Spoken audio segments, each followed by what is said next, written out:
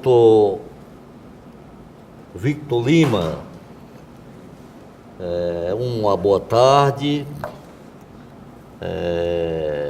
O ilustre amigo está no programa Justiça às Suas Ordens, da Escola Superior da Magistratura.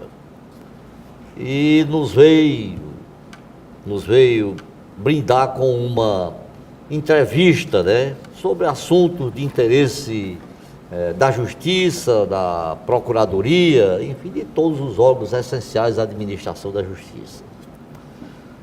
Como sabemos todos nós, de algum tempo para cá, todos os órgãos e instituições nacionais passaram a se preocupar com o estabelecimento de políticas e estratégias de ação voltadas para a obtenção de bons resultados.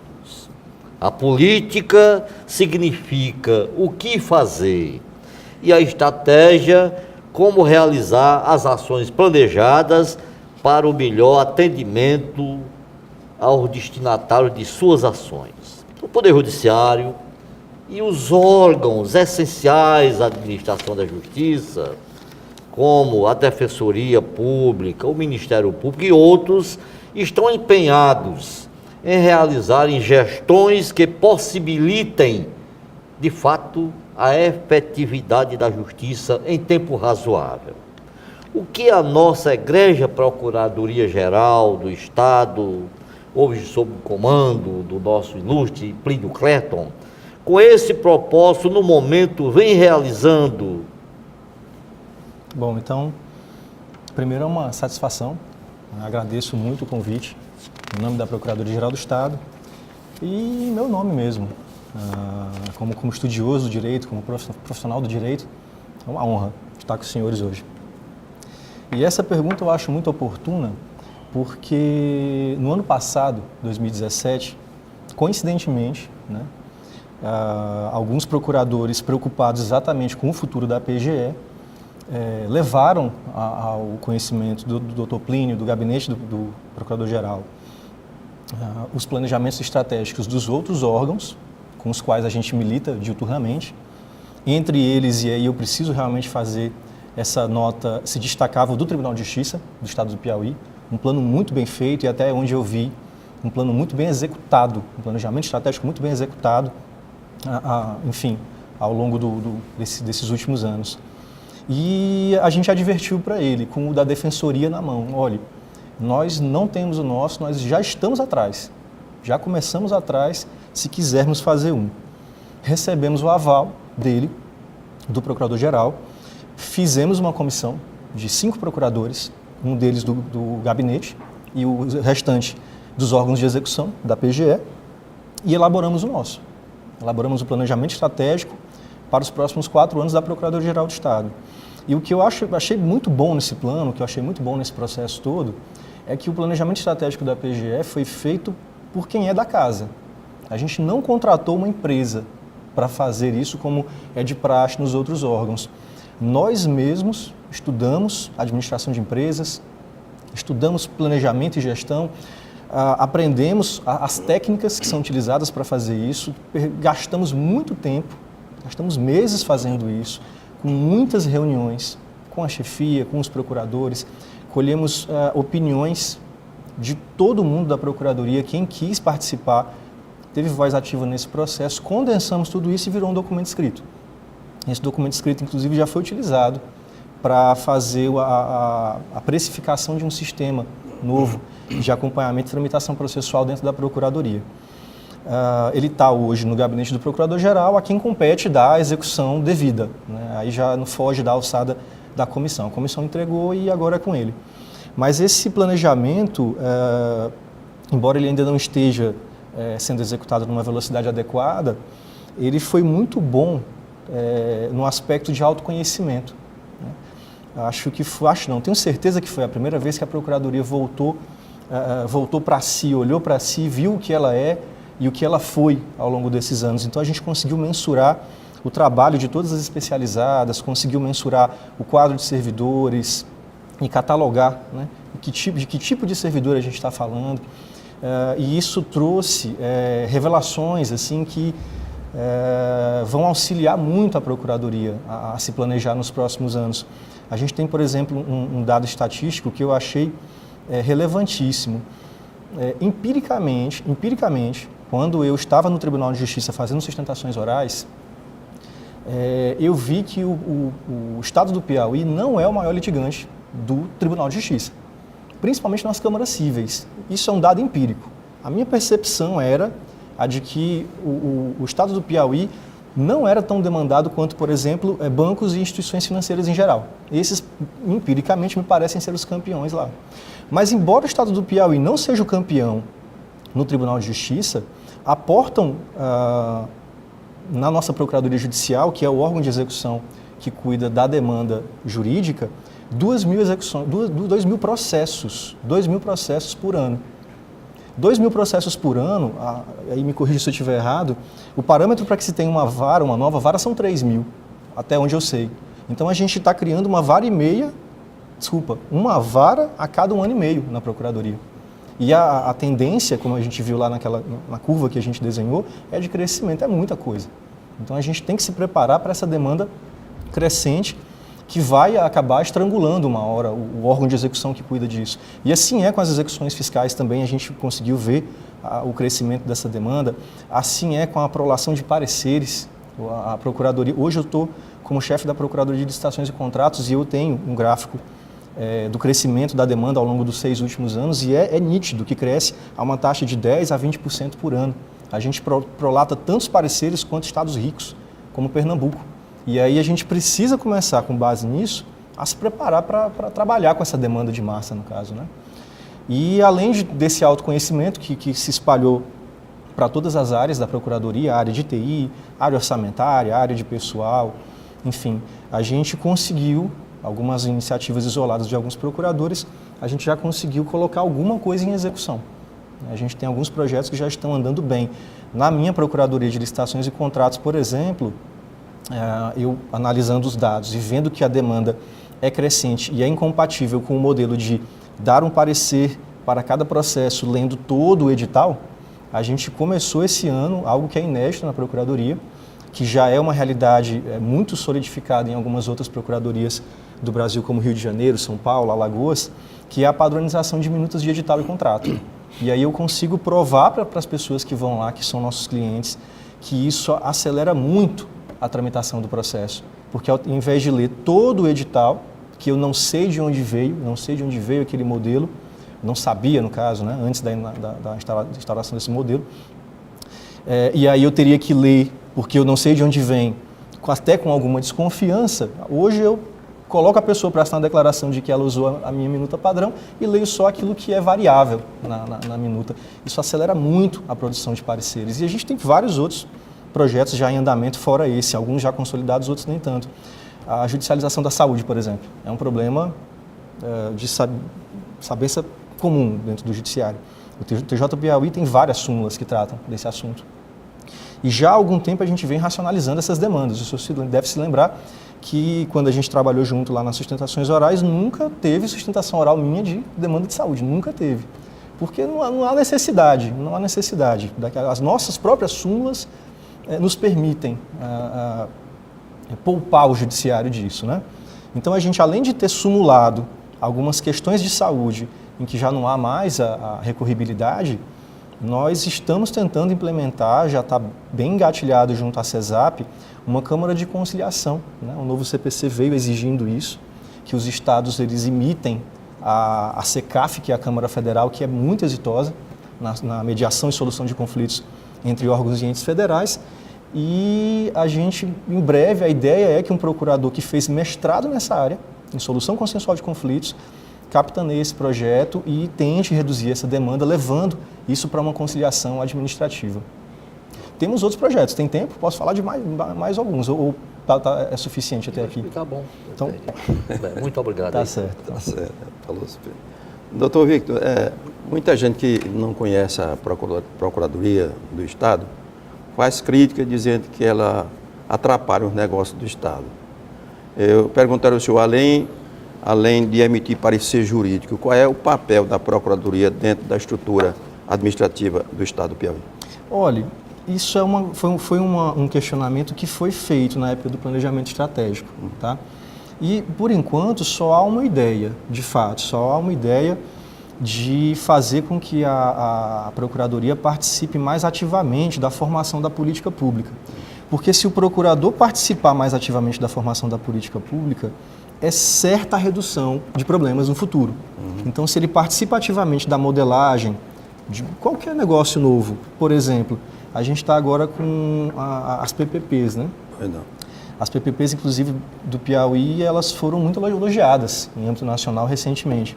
E fora as PPPs, a gente tem outros modelos negociais relativamente novos que estão chegando agora no estado do Piauí, como, por exemplo, a contratação build to suit, onde você loca um prédio e o proprietário do prédio, ele adapta ou constrói aquele prédio para atender às suas necessidades. O prédio da AGU aqui em Teresina, ele foi contratado desse modo. Então, quando o Estado, Procuradoria, participa ativamente da formação da política pública, a gente consegue fazer uma modelagem juridicamente mais correta e evita questionamentos no futuro, né?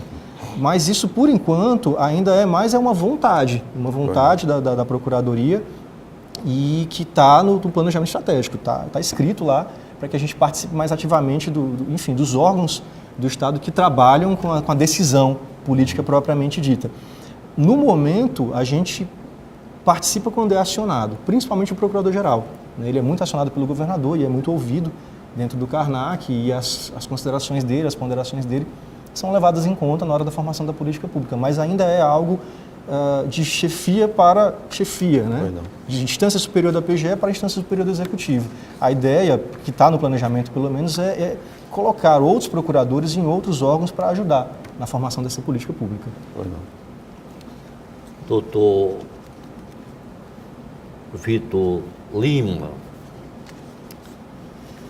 surgiu com a criação da Lei 229 de 2017, está com um ano apenas que nós criamos a vara de crimes tributários, certo? Por força dessa lei, que é de 2017, a 10ª Vara Criminal de Teresina passou a ser privativa para processar e julgar os crimes tributários.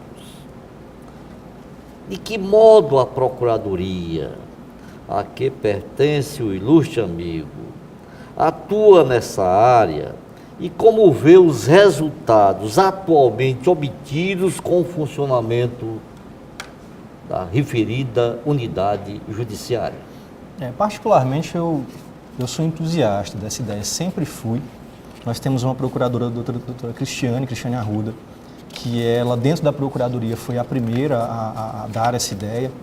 E aí, pouco tempo depois, isso foi encampado pelo Ministério Público, que levou, né, dados estatísticos para o Tribunal de Justiça e redundou na criação dessa nova unidade jurisdicional.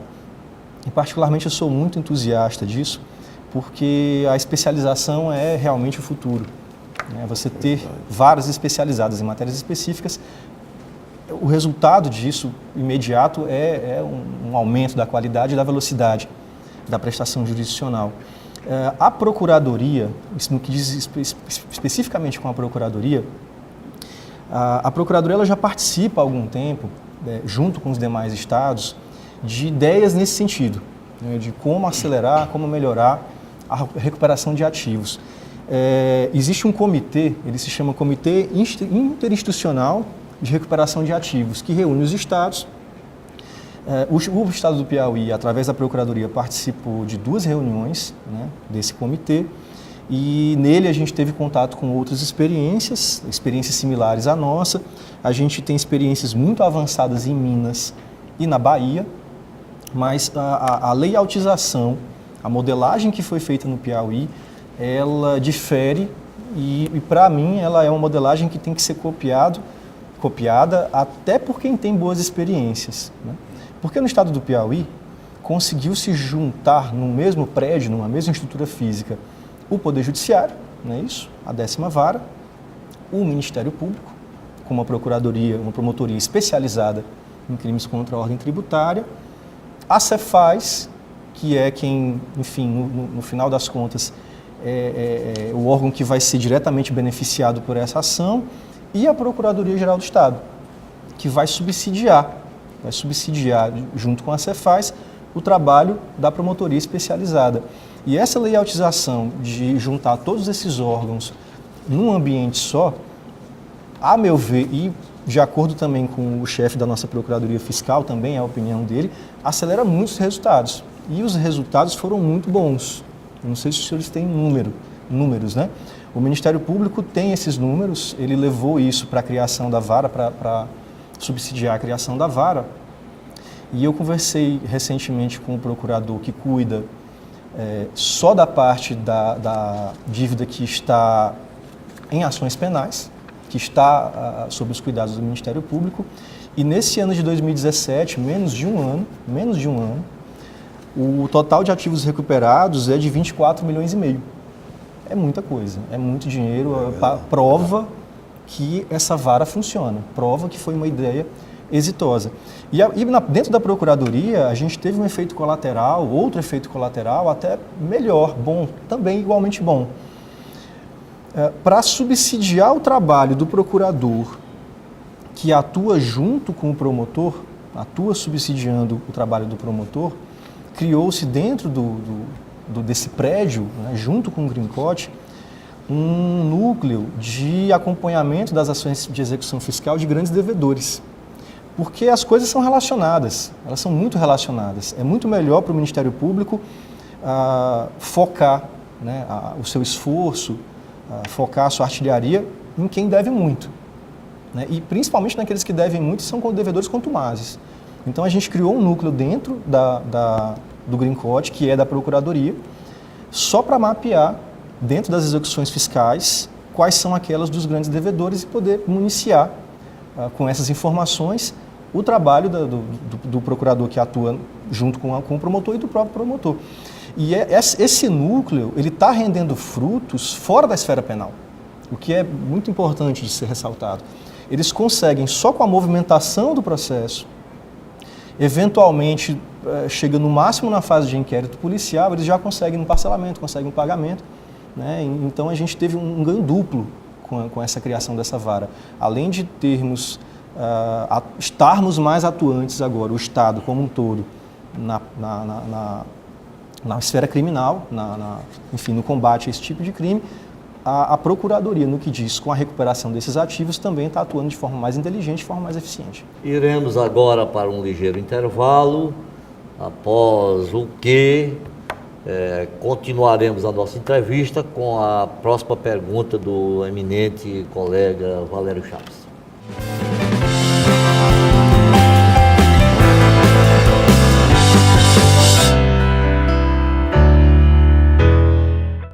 Doutor Vitor, nós sabemos que os procuradores são advogados públicos. Aliás, eu não sei nem quanto é o número hoje de advogados públicos que tem o Estado do Piauí.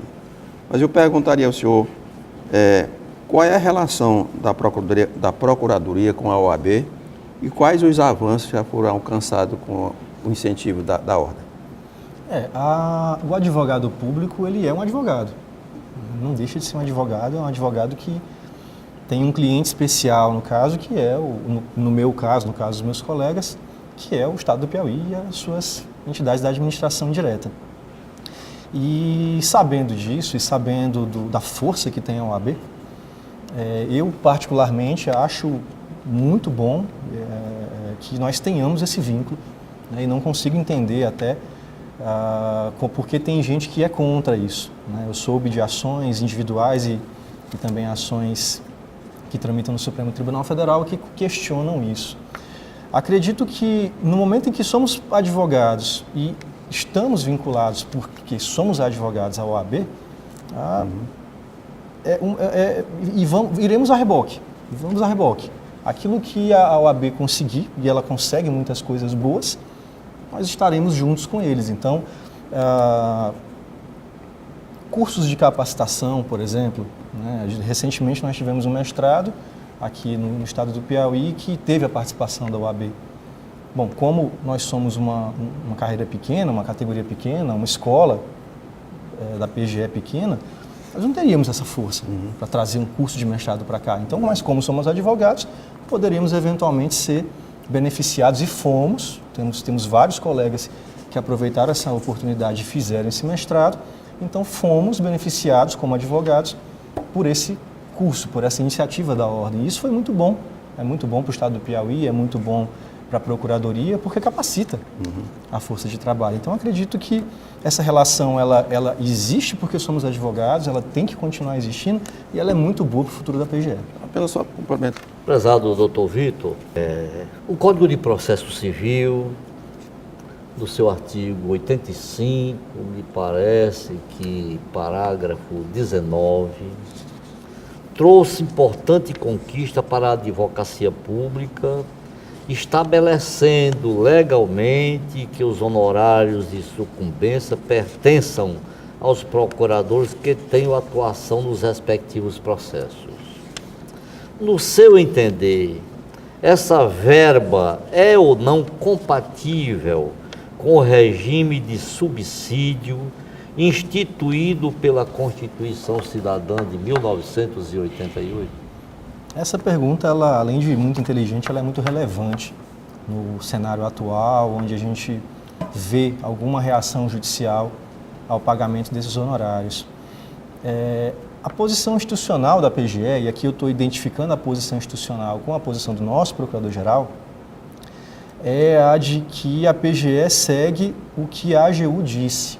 Num parecer, existe um parecer da AGU já relativamente antigo, em que a AGU reflui quanto à impossibilidade desse pagamento e chega à conclusão de que esses pagamentos de honorários aos advogados públicos federais não é incompatível com o regime de subsídio. E a principal premissa desse trabalho que foi feito é exatamente aquilo que foi conversado na pergunta anterior. É porque o advogado público é um advogado, tanto quanto qualquer outro advogado. Particularmente, e aqui eu não estou dando opinião institucional, é a minha opinião, particularmente eu não vejo incompatibilidade com o regime de subsídio, porque essa verba não é uma verba pública. Os honorários que são pagos para os advogados públicos, eles são pagos pelos perdedores da demanda. Então, se o Estado do Piauí for processado por uma empresa qualquer e essa empresa perder, ela paga os honorários, assim como qualquer outro litigante, no caso, receberia, se não fosse o Estado. Qualquer outro litigante também receberia esses honorários de sucumbência. Então, como esse dinheiro não é público, eu não vejo incompatibilidade. Agora, particularmente também, de novo falando, não é um posicionamento institucional, é o meu posicionamento. A gente não pode ser cego ao regime de subsídio. Acredito que a gente tem que trabalhar com essa informação de que a verba é privada e que por isso não há incompatibilidade, olhando também para o regime de subsídio, para não criar super servidores. Acredito que um equilíbrio muito razoável, um equilíbrio muito bom realmente que foi conseguido recentemente, foi dentro da própria AGU. A AGU, ela sabidamente, ela estava com o seu subsídio defasado. Ela teve um aumento recentemente, mas não foi um aumento expressivo. E, em termos brutos, um advogado da União estava ganhando metade ou um pouco mais do que um juiz federal. Particularmente, acredito eu que a escolha de uma carreira, ela deveria ser uma questão de vocação. Né? Fico muito triste quando as pessoas mudam de carreira atrás de mais dinheiro. É verdade. Mas o fato é que isso estimulou muitos advogados da União a deixarem a advocacia geral. Eu sei disso porque eu fui advogado da União. A minha leva de concursados, na minha leva, foram admitidos 156 novos advogados da União à época, e pouquíssimos deles continuam na AGU exatamente por conta da questão de subsídio. Muitos saíram por conta de vocação. Foram ser juízes federais, procuradores da República, eu vim para o Estado do Piauí ser procurador do Estado, mas muitos deles saíram por conta da questão remuneratória. Então, não há por que haver esse abismo entre as carreiras jurídicas, que não seja igual, eventualmente, embora eu acho que deveria ser, que não seja igual, mas que seja pelo menos parecido, que não seja metade. E a AGU, ela conseguiu, os seus membros, depois desse parecer, que foi prelatado em 2013, eles conseguiram alterar a legislação federal, instituíram o pagamento de honorários, aumentaram um pouquinho o subsídio e hoje, em termos de ganhos reais, eles estão ganhando aproximadamente o que o juiz federal ganha. Não é ainda a mesma coisa, mas já chegou um pouco mais perto, é muito justo. Então, se você conseguir, tendo uma média de honorários, né, utilizar essa média para compor o subsídio e chegar numa remuneração razoável, eu não vejo problema nenhum. Muito obrigado. Doutor Rico, a minha pergunta talvez não tenha nada a ver com a Procuradoria, mas é um questionamento que a gente faz sempre àqueles que aqui comparecem para falar sobre tema jurídico. O que o senhor pensa sobre a reforma da Previdência? Reforma da Previdência? A reforma. Ora em curso no Congresso Nacional. É um tema espinhoso, viu? Olha, de novo, particularmente, não é a opinião institucional da PGE, porque a gente vai ter gente pensando de todo jeito lá. Particularmente, eu acho que se nada for feito, eu não me aposento. Pronto, está respondido. Particularmente, eu acho que é premente quem tem acesso a gráficos, e existem esses gráficos, ver o que representa o peso previdenciário no orçamento da União, ver o crescimento disso, e se não for feito nada, as gerações futuras vão pagar um preço altíssimo. Então, eu lamento muito que uma geração tenha que ser sacrificada. Mas se vai sacrificar, sacrifica a minha. Sabe? Bota a gente para trabalhar um pouquinho mais, mas não tem problema não. Só para arrematar, o quadro de procuradores hoje do Estado do Piauí é suficiente para atender a demanda? Excelente pergunta. Eu não falei de todos os projetos que estão em curso por conta do planejamento estratégico. Não são muitos, porque nós somos poucos ainda, e a gente tem um problema grande de atividade meio, né? Nós não temos servidores em número suficiente para amparar a atividade do procurador. O procurador ele tem que fazer muita atividade manual, burocrática e repetitiva, infelizmente. E o quadro não é tão grande. Nós temos hoje, pelo que consta do último estudo, 82 procuradores na ativa, que cuidam de toda a demanda judicial e extrajudicial do Estado. A população do Estado, mais de 3 milhões, não é suficiente. Não é suficiente porque nós temos um mandamento constitucional, um mandamento legal que diz que a Procuradoria tem que cuidar também da administração indireta do Estado. E nós não conseguimos ainda, nós não temos braço para chegar na administração indireta, mas isso é um plano. Antes de vir para cá, eu conversei com o Dr. Plínio e ele disse que para os próximos anos ele pretende dialogar com o Executivo para investir mais na área meio. Nós temos já uma lei de criação de cargos da área meio, da área de apoio, para desafogar um pouco os procuradores, chamar novos procuradores. Nós temos alguns procuradores na fila ainda, chamar alguns mais procuradores e estruturar a chamada Procuradoria dos Entes Vinculados, para que a gente possa chegar na administração direta e fazer também a representação judicial e extrajudicial, tal qual é feita dentro da administração direta, por procuradores do Estado. Muito bem. Como o senhor vê, né, o quadro político institucional do Brasil, que me parece perturba e aflige a todos aqueles que têm corresponsabilidade social? Excelente pergunta também. Olha, a percepção que eu tenho como cidadão é de que a Lava Jato, embora seja um marco e seja uma operação que ela tem que ser realmente lembrada por todas as gerações que vêm aí depois da gente e que tem que ser, inclusive, repetida, aprofundada, repetida, enfim, tem que ser hipertrofiada. Mas o que eu sinto como cidadão e também como procurador do Estado é de que a Lava Jato ainda não conseguiu colocar medo suficiente, sabe, nos agentes políticos. Acredito que eles não aprenderam ainda que há agentes públicos mais proativos agora, mais interessados em fazer valer a lei, as leis e a Constituição, e de que é um risco real enveredar por esse caminho ruim da corrupção. Eu acredito que ainda há uma lição a ser ensinada ainda, e é por isso que acredito que operações como a Lava Jato deveriam realmente receber uma atenção muito maior, né, dos órgãos de investigação, deveriam ser replicadas nos estados para que a gente pudesse ter um saneamento geral da atividade política no Brasil. Muito bem. nós encerramos o nosso tempo, né? Expirou o nosso tempo. Só nos resta, em nome da escola, no meu nome, no nome do desembargador Valério Chaves, agradecer pela sua excelente, pela sua belíssima entrevista. Meu muito obrigado, em nome da Eu escola. que agradeço a Foi ótimo. oportunidade.